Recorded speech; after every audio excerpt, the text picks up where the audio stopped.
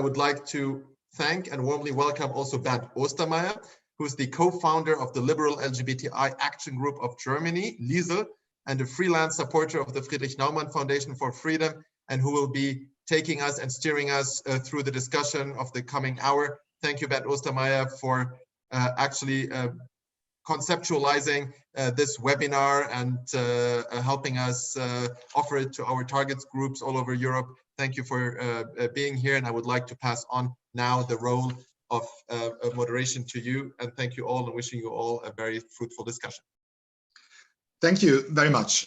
Thank you for giving us the opportunity to discuss that the chances and opportunities of the limitations and ramifications that face our community and face the general population. It is the first Zoom meeting I'm moderating, so please understand if not everything goes quite as easily as usual. The first thing we have to play by ear, so to speak, is our first speaker was unable to join us due to a technical difficulty. I was just on the phone with him, but he couldn't join us on Zoom for some reason. So we have to start this discussion without the first impulse from Johannes Kram. I'm pretty sure you all heard about his very outspoken critic on moving a Pride to a digital format only. And I would have very much liked to give him the chance to elaborate on that. Maybe he'll join us as soon as the technical problems are solved. He gave me a few bullet points on questions he wanted to raise during his impulse, and I take the liberty of reading them and translating them into English on the spot. So we'll try to find some useful thoughts in that. His first question is, what is the pro in the situation in terms of finding out what is the core of a Pride event? What is Pride at its heart?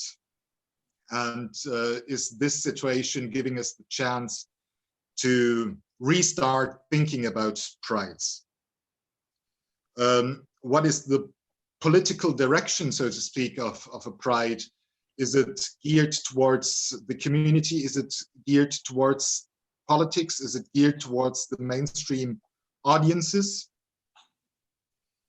He wanted to tell us that digital media have moved our community forward quite a bit and led to much empowerment. But a digital Pride is no Pride. And he wanted to think about forms, and I think that comes back to the core of the question. Think about forms of still celebrating Pride in a physical form with all the limitations and with everybody's health in mind. And I think what Georgie, what you told me about yesterday's Idaho event you had, which was the digital event, sounded very much like a digital event is something that can be useful and bind the community together. So why not start with yesterday's event? And Georgie, please tell us a bit. Okay.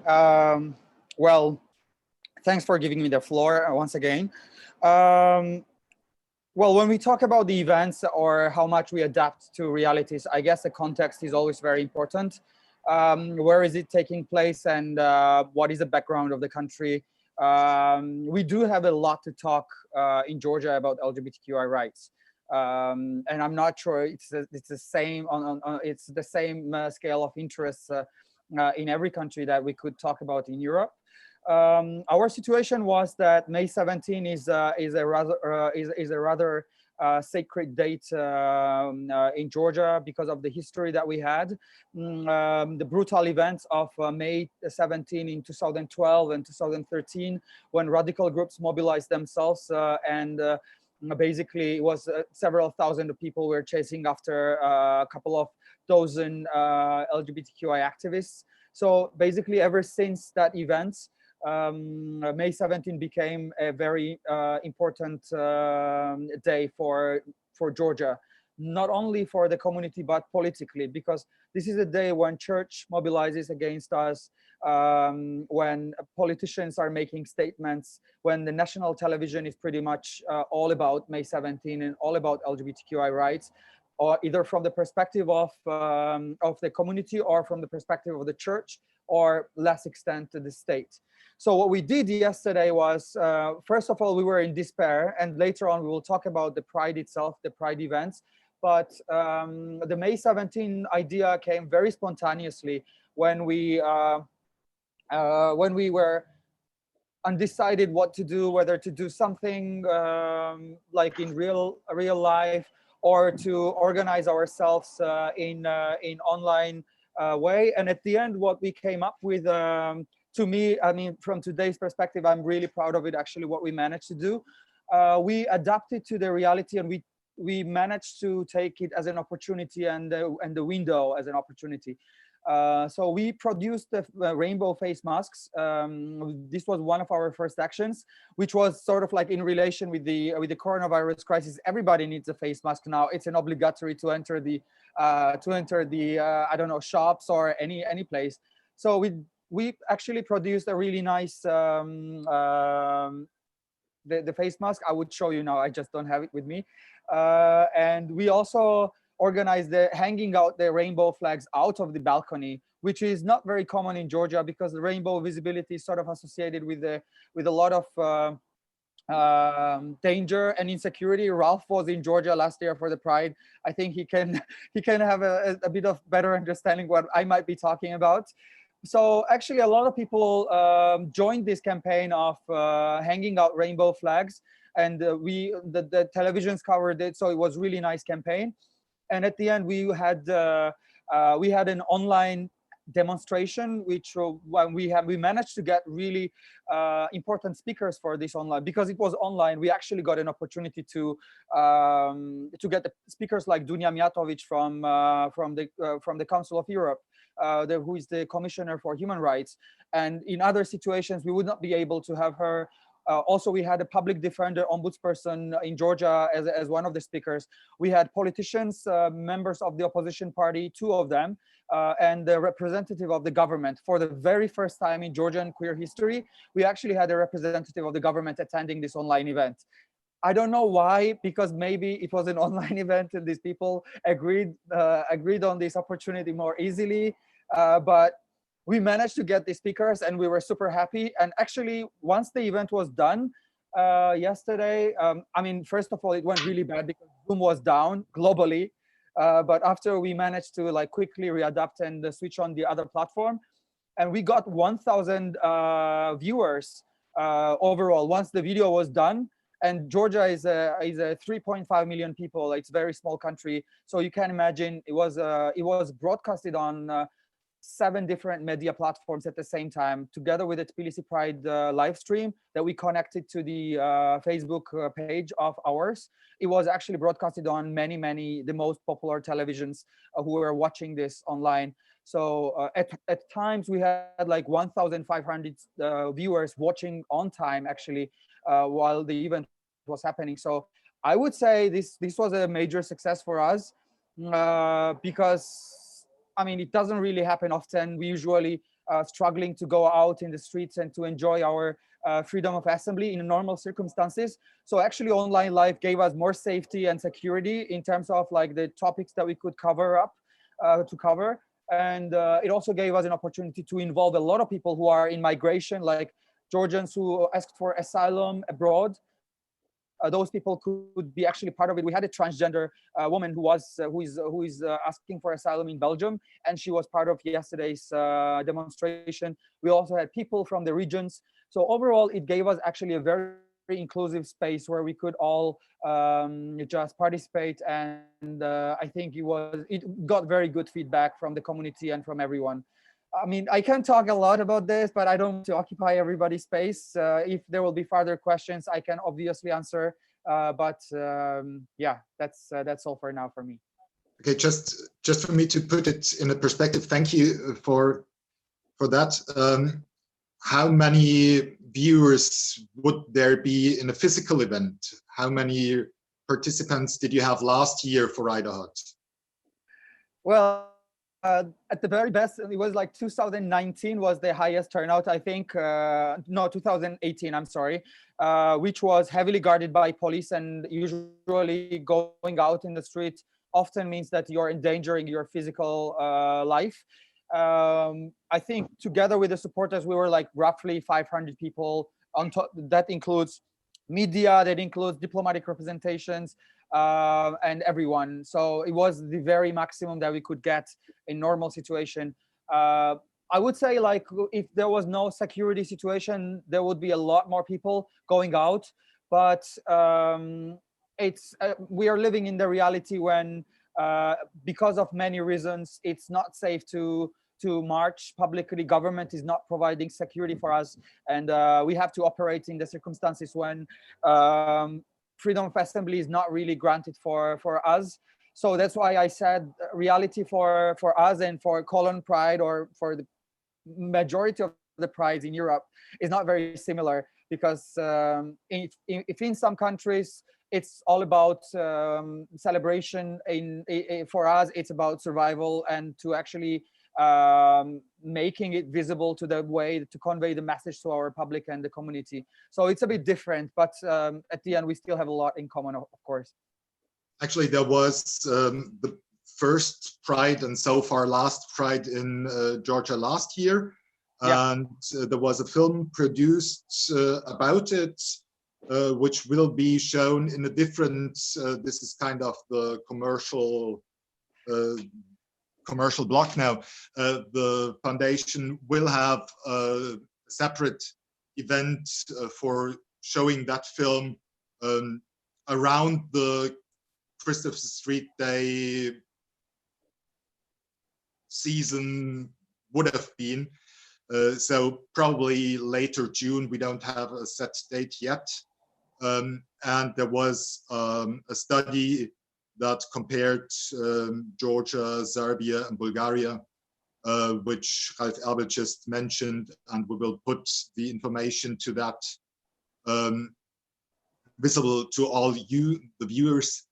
Otherwise, you'll find all the information on freiheit.org, the foundation's website. I'm just being made aware that Johannes Kram now has joined us. Welcome. Hello. So sorry for the inconvenience, and sorry for being late. Welcome. I just tried to take a view of the. I heard it. I could actually hear it. Yeah. Okay, great. So why not round it off in your own voice and give us a few minutes of your insights and of your criticism on going digital, with the story of Georgie in mind, that going digital can be a good thing. Yes. Yeah, thank you very much for having me, and sorry for being late for some reasons. Yeah, digital is great, and we need more digital, and even the German community where we don't have those problems with that we have to hide and stuff like that, even we need more digital. But I think a pride, and that was the question I answered, a gay pride parade is something totally different. It has part of it which can be done, you know, all those speeches, all those statements, all those discussions, things we're doing now, all this can be done online.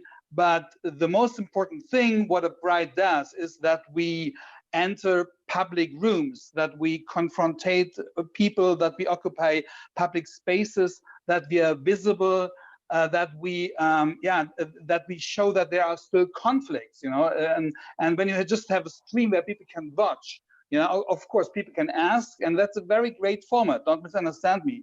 I have a lot of respect for all those things, but the pride is that we are on the street. And I understand that most of the organizations you know, say, okay, we want to do as much as possible digital.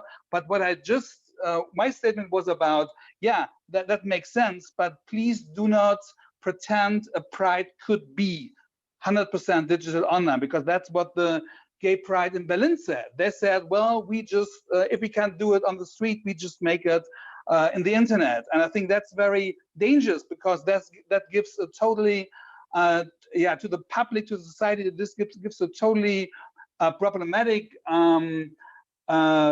picture about what Pride is. It's not just the program. It's not just that we have the many speeches and all the brands and all the groups. It's about many individuals who, you know, who test their identity, who, you know, who try out how much they want to be part of the community. And this is what why all the Pride parades are so important. The empowerment to breathe the air of freedom, the experience how it is to be connected to other people, the experience not to be minority for a day, but in a big group who gives a safe space. Those are very, very fundamental experiences the community needs. And even in Germany, I mean, Georgie spoke about, you know, that that digital gives a protection. Yeah, even in Germany, only 1/3 of the queer people are out in the job. That means even in Germany, we have many people who really need the gay prides, who, you know, to find out how possible it is to be part of the community. And so if we say, okay, we do it online, I think that's not the solution. When I started, when I wrote a blog article at the beginning of the crisis about all the structures, everything we have to protect now during the Corona crisis, so that those institutions, those groups, those bars still exist after the coronavirus. An old man commented on that blog and said, well, I'm not going there anyway, because if I go there, I feel even more excluded as I am in my normal life. What I want to say with this is, I think all the questions the Corona crisis asks us now, all the challenges we have, most of the challenges we would have had anyway. We have to talk about exclusion. We have to talk about the social class problems. We have to talk about social injustice. We have to talk about how we can have a queer media which really protects us, with, you know, with journalism which protects us, and all that. Every that is now under conflict. Everything is most of those institutions may not survive, but we had the problems before. And so I think we need to talk about how we can protect everything, you know, what we want to do. But I think we should have done that even earlier. And I really hope that this crisis, you know, helps us to talk much more fundamentally about how we want to present ourselves.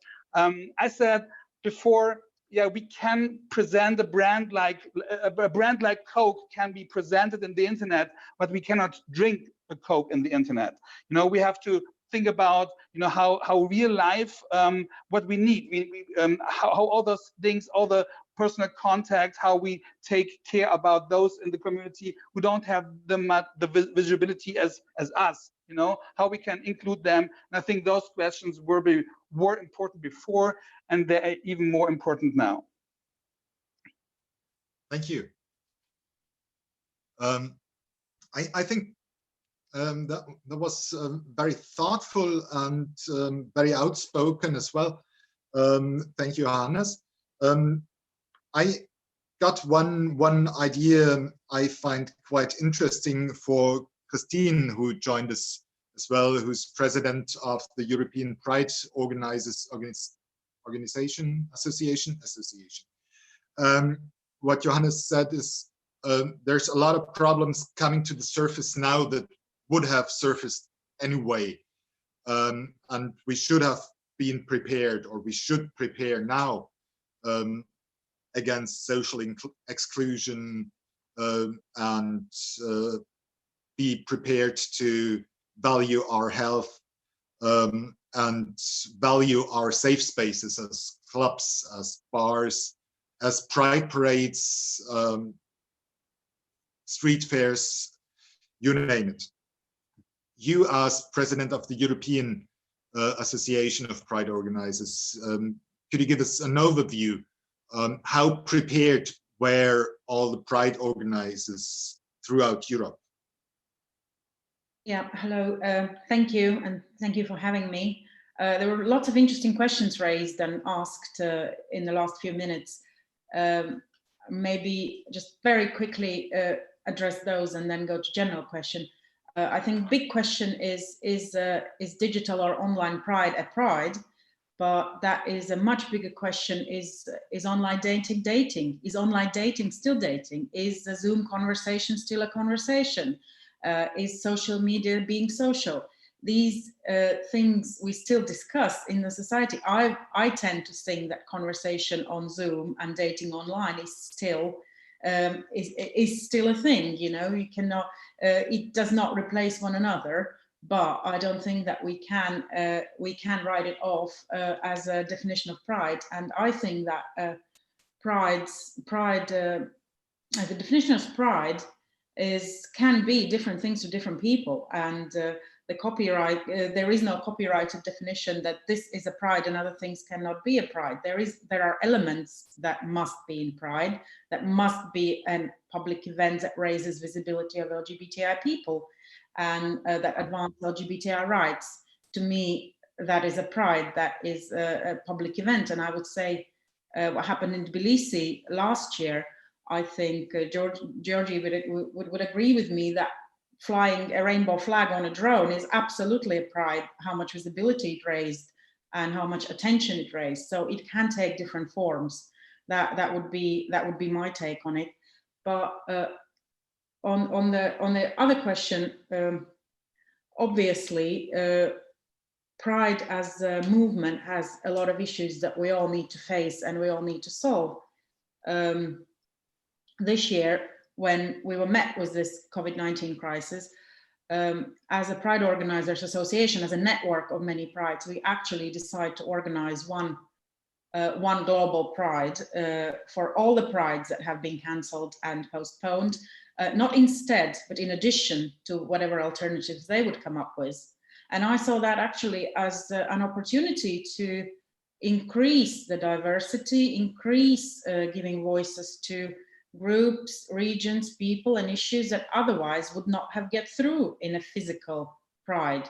You know, the Pride stage is limited. If we create a digital platform, then we get a much bigger stage where we can actually highlight many more issues and we can actually give voice to many more marginalized groups than we would usually be able to in an actual Pride march. So these things we can think about and learn from, and if we do that this year, then we can actually transform that to our physical, like real life Prides when we're back on the streets. So I see that as an opportunity for us to actually grow that diversity and that readiness to be better for the next Pride season or the one after, because we don't know when we're going to be back. Mm. So one thing, one question that was raised is the financing of Pride parades, physical Prides, is a big issue probably all over Europe, how to get the money to have such a big event. And seeing that many of the Prides are volunteer projects without a big money behind them. Do you think a lot of the organizers will be in danger of going bankrupt when they don't have 1 year? Do you think they will be backed by states, foundations, sponsors, and what implication financially will that have? Yeah, it's difficult to say right now. Obviously, next year, when the supposed Pride season will be over and the Prides did not happen the way they were planned, then organizations will evaluate their ability to go on. It really depends how flexible organizations are.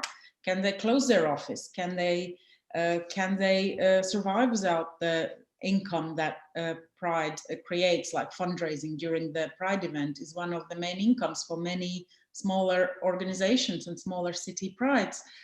So that really depends how flexible they are.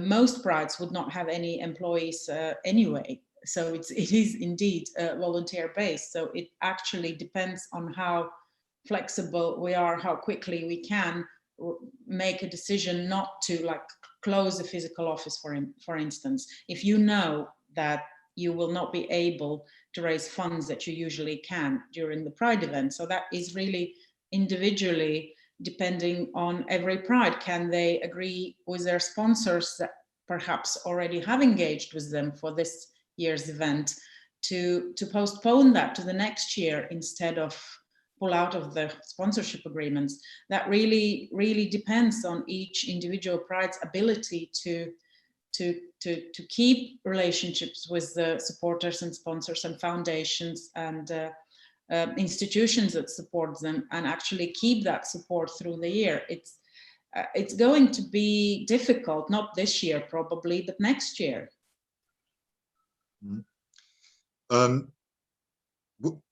Why not discuss it in one example of Cologne Pride?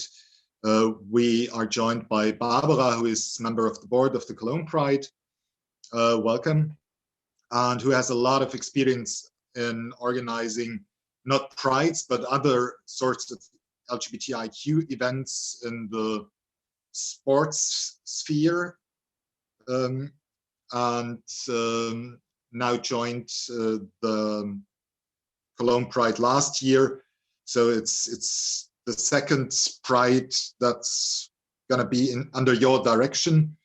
And Cologne Pride decided not to postpone to next year, but to postpone to October. What were your considerations? Yeah, thank you for having me here. And I'm proud to represent the Cologne Pride, of course. And you told already, I'm since 2 years there, and it's the very first Pride organization last year. I was a part of it. So we started discussing all this pandemic issues already beginning of March. And so we were thinking of alternatives. What can we do and what not, and what happens? And so although we were shocked when the news came on that every big event is canceled till the end of August in Germany, or especially in Cologne, we thought about we can just postpone it. So because we think it is not the same thing online, and it's not the same thing on web shows or what have you. So, and we were lucky to have another possibility in October. And so it's the parade will be on October 11th, and we have 2 weeks from now, not really 2 weeks, but from the 9th to 11th, we have the weekend where we can celebrate Cologne Pride as usual. So that's what we hope. And but we think we need to do other things as well online, because we don't know if it's really happening in October. And our first experience with web shows has been took place yesterday. So we also had a web show, 2 hours web show for the Ida Hobbit. And we've learned a lot. So, and we experienced a lot, because the first thing was we had some technical problems. We started half an hour late. And but other than that, we had a 2-hour show, and we saw that a lot of people can join and participate on that. We have questions that would allow maybe 10 hours of web show. So, and the benefit of a web show is also that you have recorded it, and all the politicians who've been there and made statements, you can go back to them and say, here, you said that, and you can show them. So I think it's a good thing to have web shows and stuff like that, but it cannot replace the original Pride and the parade. I think, yeah, especially young people, they need the help and the support and the security of the community. And even if they're or if they're in a coming out situation or something like that, so we can really help them. And we are on public places, and so that cannot be replaced. But in addition, we can do web shows and we can do online events, and that's what we are doing. And we're trying to get some experience to do it. Yeah. So going back to Georgia and to Georgie,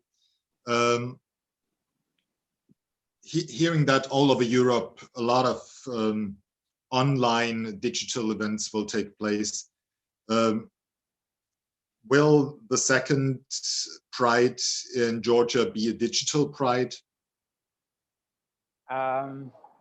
We're actually, we haven't really discussed that yet. What we know is that we were supposed to announce the plans for Pride 2020 mid-March, but for obvious reasons, we couldn't go ahead.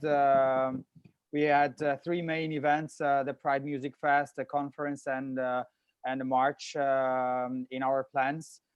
But initially, we didn't really know the scale of the virus, so we just didn't know what to do, and we were waited. So we postponed it indefinitely, at least the announcement. Then we saw the Europride got cancelled. Then we saw the ILGA Europe conference, which was supposed to take place in October, got cancelled. So we were like, this cannot be serious. We cannot proceed with just having uncertainty on this regard. So at this point, we called off the events that we had in mind. We are thinking of joining the Global Pride as it's happening globally, and we still have to discuss like how and what form will it have. And we also need to discuss like how can we make it in a physical sense. And also the Georgia is getting out of lockdown within few days. We don't have many cases happening anymore. We didn't really have that much of the crisis anyway. We only had like 650 cases overall, and up to 10 or 11 deaths during the whole crisis. So we were in the lockdown for 2 months, but for June, we can still do some physical activities spontaneously if we want to, but it's not going to be the same because, I mean, Pride needs a lot of preparation. It's not just overnight that you just go out and do stuff, but it needs a lot of work in advance. And obviously we cannot proceed in the same way, but we will try to come up with some maybe innovative idea, something crazy that will capture the minds of people. We will still use the Pride Month as a visibility month because this is for us, this is an ultimate idea. I mean, at least, again, I'm not saying that it can be replaced in any ways. Obviously, I'm not saying that, but whatever the situation we have to find an advantage out of it. So I guess the Pride Month will be the visibility month for us. So we will try to organize a lot of online or offline actions if possible, like maybe do some stencils in the streets, to do some street art. I mean, sometimes one art can make a huge impact. So in the situation where we are at the moment, like where we need to change mindsets of the citizens and the population where we live in, these kind of small things matter a lot. It's not going to be the same probably for Cologne Pride or for Berlin because it's a completely different context. But yeah, I mean, for us, it's a bit, this is how we are going to plan. So do you expect to see your rainbow face masks still around in the next month? I hope not, actually, because I mean, even though I really like how it looks, I wish it won't be used anymore, because I mean, I don't I mean, it's useful, but I really don't find it comfortable to wear, especially I'm wearing glasses, and it's really not cool to have it you know, like all the time. I don't know how it's called, like wet. It wets Yeah, my glasses. So yeah, it's very, very foggy sometimes. yeah. What Christine referred to earlier was flying a rainbow flag from a drone, which was something you did, Yeah. I think, in Last year. 2018. No, last year, 2019. Last year. Okay. Yeah, it was. Yeah, it was a crazy idea, but it's worth sharing. Basically, we were in the process of really big crisis, and we had anti-LGBT protesters who took over the streets, and they basically blocked us going out because it was not safe. And we were down, we were really depressed, and Ralph was there. I mean, he probably knows like what we were going through, and we were in a complete despair. And then suddenly the idea popped in, you know, like, why can't we just outsmart them, you know? And what we did was, they were gathered in front of the parliament building in Georgia, and basically we flew the drone of the guys who were filming the documentary movie about Tbilisi Pride the whole time. So they landed us the drone, and we tested it. Tbilisi is a mountainous city, you know, so we went up actually on the TV tower. So we flew the drone for like 3 kilometers to reach the place in front of the parliament. And the footage of it is priceless, like the faces of the anti-LGBT protesters. It was broadcasted on live, like on so the drone was flying with a flag, and it was on national television everywhere, because it was pre-arranged. Like, we called basically the TVs, like, be careful, like, watch out, we're gonna do something. So they were like, literally all the cameras were on it. So if you would switch on any channel in Georgia, and like up to, I don't know, from 15 to 20 channels, probably all of them were broadcasting our drone flying a rainbow flag.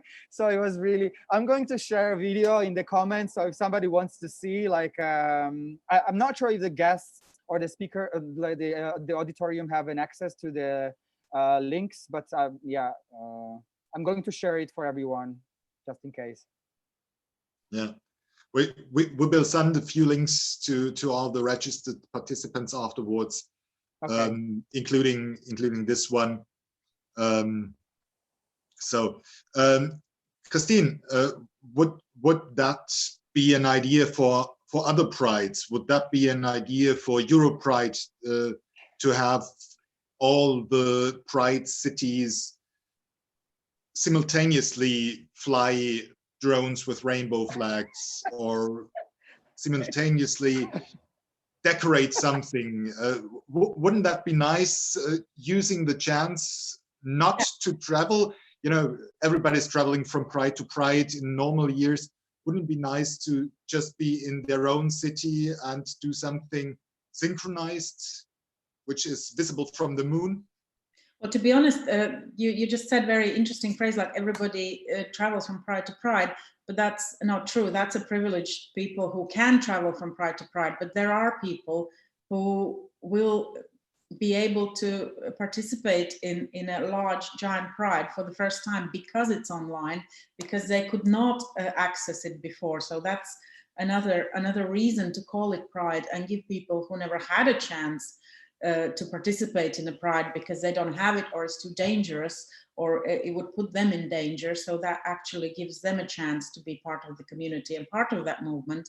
But absolutely, I think yesterday's Ida Hobbit activities and brilliant slogan, breaking the silence, I think that the world was covered, at least my online world was covered in rainbows. So I think we can achieve a lot with a coordinated approach on one day. Either it is online or it is out on the streets. I'm sure we can do that, but the thing is that there is no one universal approach that works for everyone in this situation, because none of us has ever been in this situation before. So some prides go fully digital, some bring some parts of the festival online, still try to keep some real life events in place. some postponed to autumn and hope for the best. But we still don't know if that's going to happen or not. So there is no one right answer, and only the Pride organizer at home on where they are know the situation and can actually evaluate which would be the best way to go based on their resources, based on their experience, based on the situation and the officials, what officials of each city or country are saying. So I don't think there is one universal approach, but I do like coordinated approach to some kind of event, and we will do that for Global Pride on 27th of June. We picked that weekend because it's the Stonewall anniversary weekend, that 27th of June. So I'm sure that some coordinated activities can be done also to raise visibility on the streets, not only on the internet, where one can support the other. But again, I don't think there is one right answer for everyone. Yeah. Barbara, what would be the solution in Cologne to combine digital and physical appearances? What other links to the real world could you think of? I think the idea with the drone is wonderful. We would join and go for it to coordinate event. So that would be wonderful. So of course, we have other ideas as well. So there is one event that's called All the Urban Districts Against Racism, and we buy some flags, and so Cologne is full of rainbow flags. That's an idea.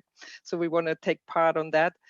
And there is another thing, we also want to take part with the CSD Germany. So they try to organize as well all the things in Germany. So we are also part of that, and try to do everything what's possible if the October event is not going to take place. Yeah, can be. So that's pretty much two things what we would like to do, and we want to do something. The original date is in July, always in Cologne. So we want to do an online thing then as well for that original date, and to make sure that people keep that in mind, that the 1st July is Cologne Pride normally. When 27th of June is the official Pride, the big normal Cologne Pride is on the first weekend in July. In July, always, What one of the big differences is between Cologne Pride and many other prides is the number of participants. Cologne Pride normally has roughly 500,000. No. We've been more than 1 million last year. 1.2 million last year. The so that's 0.1 was me, and okay. Okay, so that's it's incredibly a lot of big. Visibility, a lot of visibility, a lot of participants who are not part of the LGBTIQ community. A lot of mainstream participants, a lot of mainstream onlookers that get to see our needs, our wants, and there are other events in Cologne which do not have that privilege. And I think you have a bit more experience with those events that are geared more towards the LGBTIQ community and do not reach the mainstream, the gay games and sporting events, I guess, could be more comparable with that sort of online audience would reach. I'm not sure whether the sport events are comparable with that, so they cannot do the sport online. Or maybe you can, I'm not sure. But I think we try to make sure that also people who are not that privileged to be a part of Cologne Pride as well. So we have an outreach program, and we invite people. We have been in Poland last year as a delegation on the Poland and Katowice Pride last year, which was a really good experience for us, and to support them. So, and I'm not sure whether we can support Poland this year once more, not probably not with traveling, but maybe in another way. So yeah, and yeah, we are lucky we have enough money, even if in October we cannot go and cannot organize the big Pride parade, so we can just postpone it to the next year. But that's very lucky in Cologne. Yeah. Do you think even in Cologne there's many gay bars, gay clubs, yeah, gay restaurants even? What will their fate be next year? If they're still there, we don't know.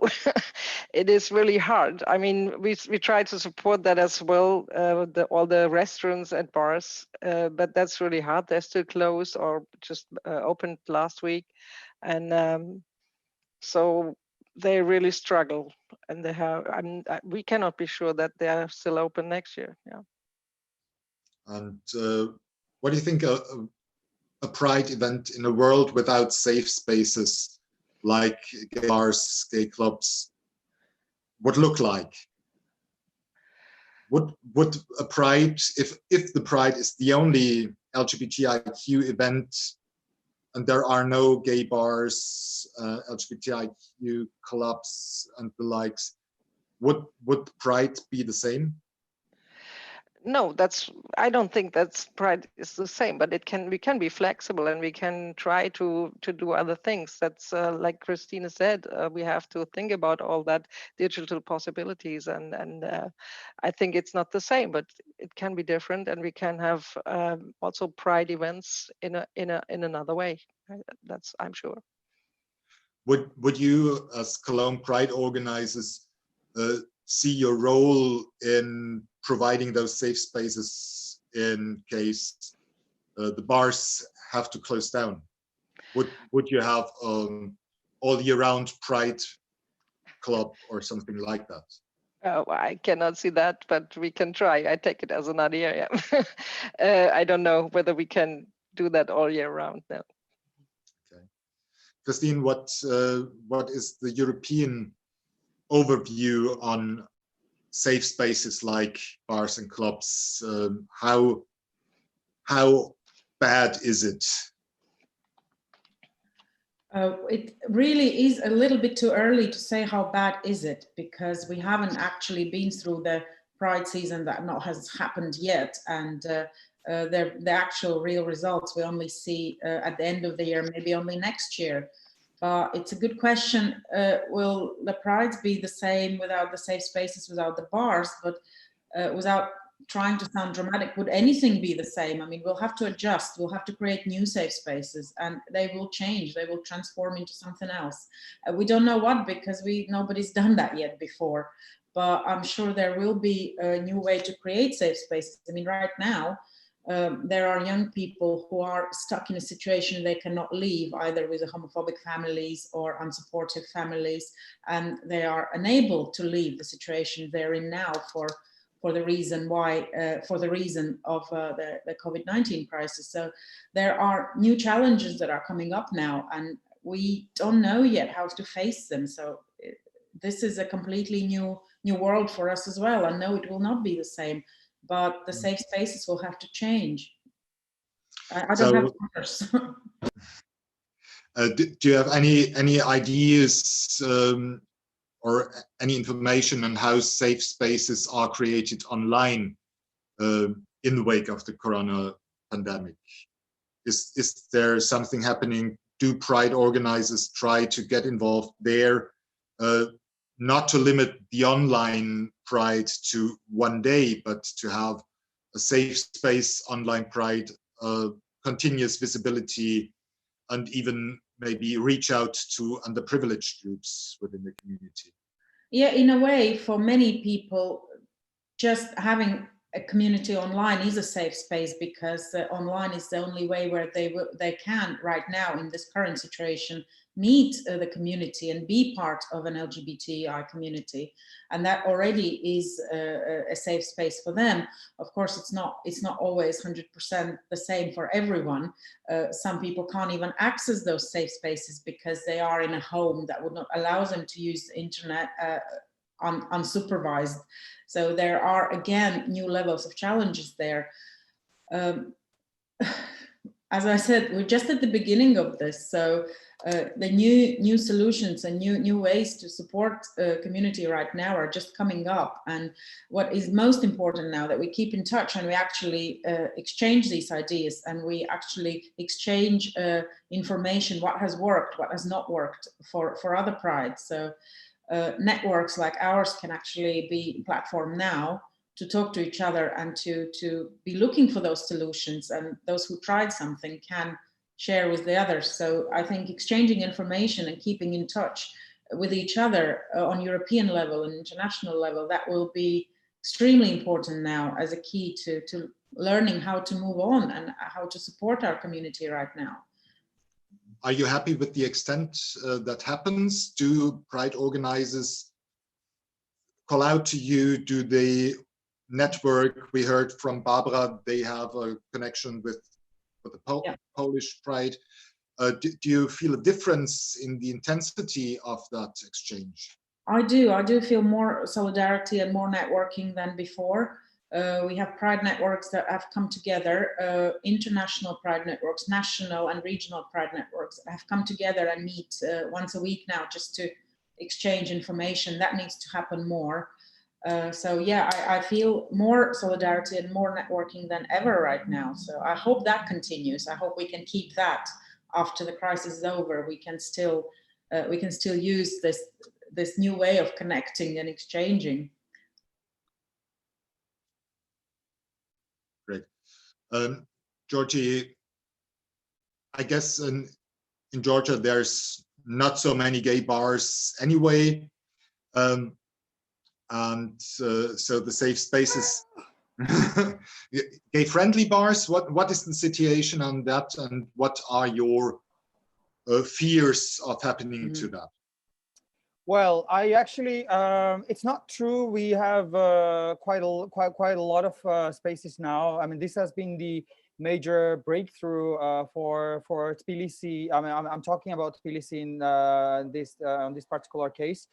Tbilisi has a very vibrant nightlife with one of the sort of packed nightclubs. It's called like East Berlin, basically, for many, because of Bassiani and Khidi, which became global sensations in clubbing. And those clubs actually provided the safe spaces for queer people. We have Horror Nights and Kiki Nights, which are happening in two big clubs monthly basis, and which became a space where the 1,500 queer people go monthly basis for free parties, basically. And this has been a social space where we could all go out and meet each other. You know, we didn't have that 10 years ago, and this has been a new achievement for us. So we are in the process now when community is sort of like building, it's fortifying, and this is not the right time for a coronavirus to prevent this from going to the right direction. So it better be over, and we better get back our lives back, because I mean, otherwise it will affect everything. I mean, thriving nightlife that we have in Tbilisi, it needs to continue for our community to remain solid, and for us to remain the relationships that we built up within these social spaces. Okay, great. Before I give the panel to Ralf, who will give us a brief outlook of what to expect from the future, I'd ask you, Georgie, to put the link to the film in the chat, so our hosts can publish that link to all the participants. And we already published the link to the study that's going to be published shortly. And I've been asked to have another brief ad for another foundation event. This Wednesday at 4, we're gonna talk in German about a very similar topic of finding the positive parts in the corona pandemic, find your self-realization in the pause. And the founder of the Austrian party NEOS, Matthias Stolz, will be talking with a member of Berlin Parliament, Maren Jasper-Winter. And I'd ask you all to join there if you understand German. And now I'm glad to welcome the president of the LGBTIQ Liberals of Europe, Ralf Fröhlich, to give us a short summary of today's learnings and an outlook to the next year. Okay, well, thank you, and what an honor to speak after all these smart thoughts. Will be a challenge to kind of try to summarize. What I really like about this debate, also compared to some other debates that we have had, is it's so full of energy and optimism that things will turn out fine, that we can learn from some of these situations and we can grow. And of course, there's a lot of challenges ahead and some already managed, but there are things that we can make better in the future because we have learned from this. And also, I think it's an important thought today that we actually learn between the prides that have been established for a long time and the prides that are running in more vulnerable places where it's been more difficult all the time, because suddenly we have more similar circumstances in how we organize these prides and what the challenges are. And it's a very good moment of actually listening to each other and learning from each other in this situation. I'll also try to give a kind of a touch at the political framework that we are in, because we are a party political organization. And at this moment we have, yesterday for the IDOHOT, we published a statement together with the other big party political European platforms, so the ones of the Social Democrats and the ones of the Conservatives, a statement, because many of the actual lobby work that we, or lobby questions that we are working with are the same. Not quite all of them, but many of them are actually the same between the big political movements in Europe. And one concern we all share is the rollback that's happening in some countries in the EU also. We all know who we are talking about. It's Hungary and Poland that have been at the forefront of rollbacks, political rollbacks. And when we look at some of the statements that they have or that have become public in these debates in Poland, for example, the definition of LGBTI-free zones, cities that have declared themselves LGBTI-free zones. And the argumentation behind that is that there is an LGBTI lobby that, you know, tries to undermine the religious foundations of the society. And this, of course, this means that that being LGBTI is something you choose, it's an ideology you choose for certain political reasons. But we, of course, know, and science knows, that that's not the case. Being LGBTI is part of your personality. It's a constituting part of your personality. It's nothing you can choose. It's maybe like your hair color. You cannot choose it. You can try to dye it. You can change the color, but it will always be the same. It's the same with other characteristics. You know, it's like a physical characteristic. You cannot choose it.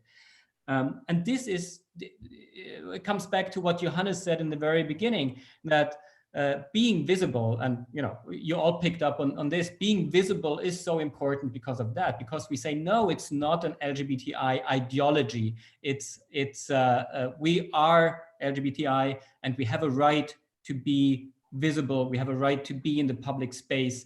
You have to tolerate that. And also when we get these arguments that having prides or being visible would challenge religious feelings, the answer to that is then look to the other side and your religious feelings will not be challenged, because we cannot change our personalities to fit your religious beliefs, but you can look to the other side if you feel this is too much for you to see.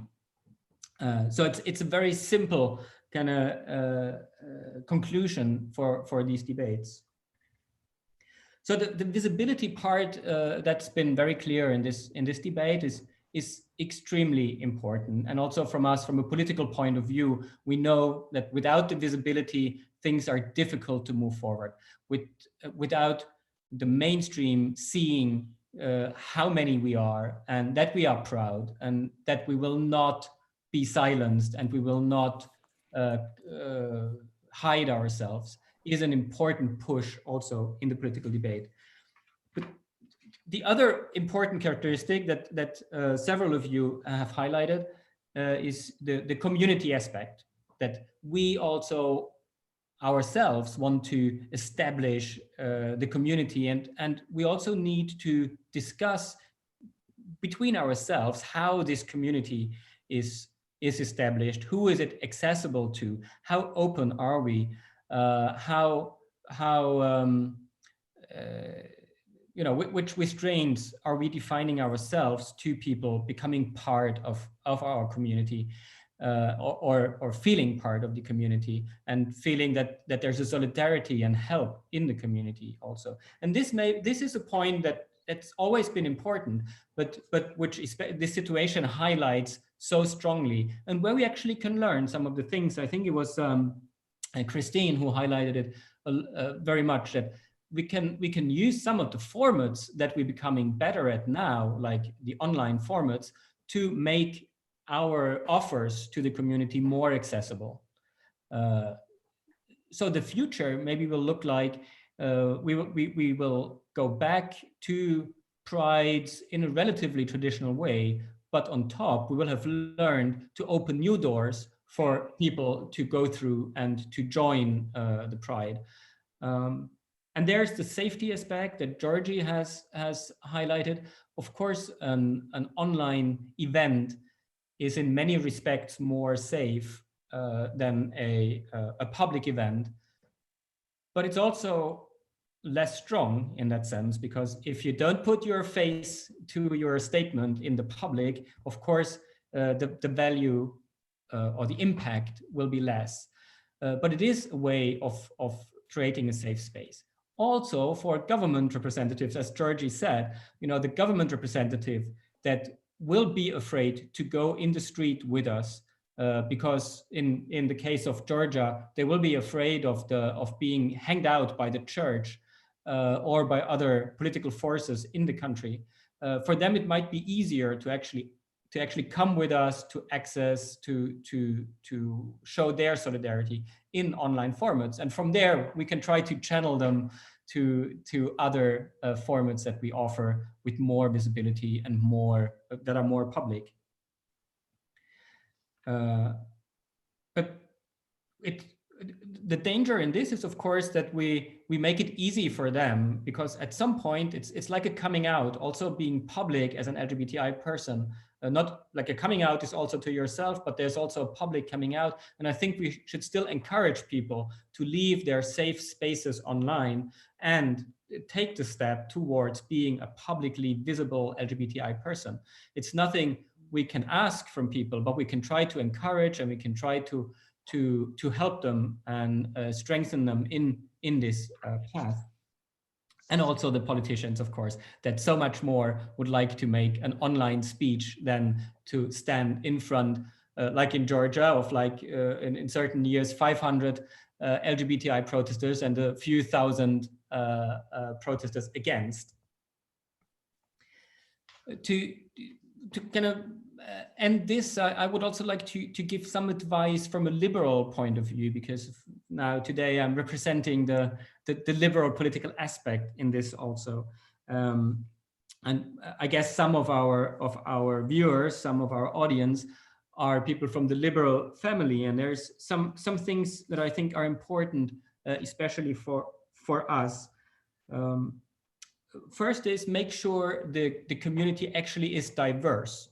It's part of our liberal mission to fight for diversity, and we all know that some of our events and some of our prides have struggled with diversity, and there's so many aspects to diversity. Allow different political groups, allow different opinions, allow different people, allow different social classes, and actively work with actually establishing this diversity in prides. And for especially, I think for some of the big prides, this is a challenge to make sure that the gay, like our mainstream, our LGBTI mainstream, is not scaring away people in the LGBTI community that are not that mainstream and need their space also. The second is, from a liberal point of view, make sure that there is a focus on human rights and LGBTI rights. There is a tendency in quite a number of prides around Europe to make it a discussion about capitalism or any kind of other questions. It's a neo-Marxist debate, actually. Once you abolish capitalism, then all the other things will be fine. What we know from what happened when Marxism was reigning is that it doesn't solve anything. It just puts more problems on top. So make sure that the focus actually remains on LGBTI rights and human rights. We have seen, actually, even in some countries, we have seen liberal parties that have been fighting for LGBTI rights for decades, and suddenly there are queer committees that try to block the participation of liberal parties in prides because they don't take a stand against capitalism. So this is, from a liberal point of view, something to be aware of. Don't let prides be hijacked by other political agendas. And well, another point is make sure there is an engagement from liberal parties. Most of the liberal parties in Europe are actually at the forefront, but we also have some cases where we need to push them a little more. That's a mission to us, to make sure all our liberal forces are actually at the forefront of this fight, and that they understand that this is a constituting fight to liberalism. There is no liberalism without the fight for human rights. Of course, we have other topics. We have economic freedom, we have other topics, but without the fight for human rights, it's never liberalism. So these was the block for our liberal participants, but also maybe for some of the others to think about what is our perspective in this. And again, to come back to the beginning, we just published a joint statement of the different political forces. So we are not so different in this. There's a lot of things that the big political forces in Europe are fighting on together.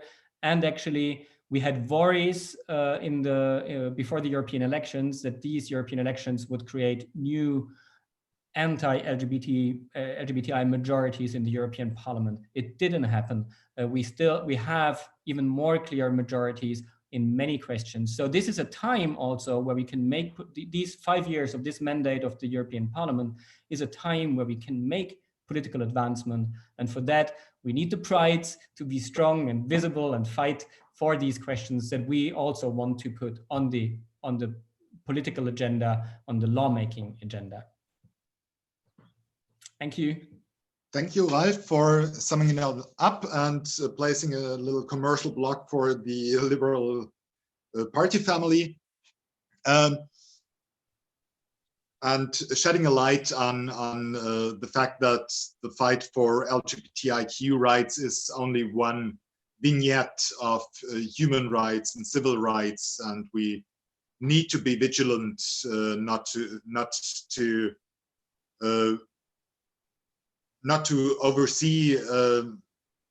overlook people who are not as privileged. And I heard the criticism on quite privileged perception of Pride marches, which could be more diverse. I want, before I wrap it up, give each and every panelist and Johannes too the chance to place a wish for the upcoming Pride season. Just what if the genie was in front of you and grants you one wish, what would be the one wish the genie grants you? And I'll start with Barbara. 1 second. Yeah, I just turned on my microphone. So yeah, thank you for being first. But I think we should take all the benefits what we created now. So to keep in touch and to talk to each other and to exchange all the ideas. And that's what I like. And I think that would be the wish: be staying in contact with each other. Stay connected. Excellent. So going by alphabet, Johannes is actually the next person on the panel. What would be your wish to the genie? Everything what Barbara said, everything. I think that, yeah. Excellent. Thank you. Christine. It's a good question. I think mine would be for everyone in the Pride movement to stay safe through this. Excellent. Let's stay safe. Georgie, what's your genie granting? Actually, our slogan for yesterday's action was pandemic will be over and so will homophobia. And I wish that basically us to live. I mean, the pandemic has been as damaging for a lot of people as we had this saying that a lot of LGBT people are spending all of our lives in the time of pandemic, pretty much not being allowed to enjoy public spaces. So I wish this would be possible for many people, and people would be living in more inclusive and diverse societies. Well, so let's put it together. We all wish there's something to heal the pandemic and something to heal homophobia. Yeah. And I think we can all agree on that. Thank you very much for joining me today and sharing your thoughts. Have a nice afternoon. Have a nice night. Thanks. Goodbye. Bye. Bye bye. Bye bye.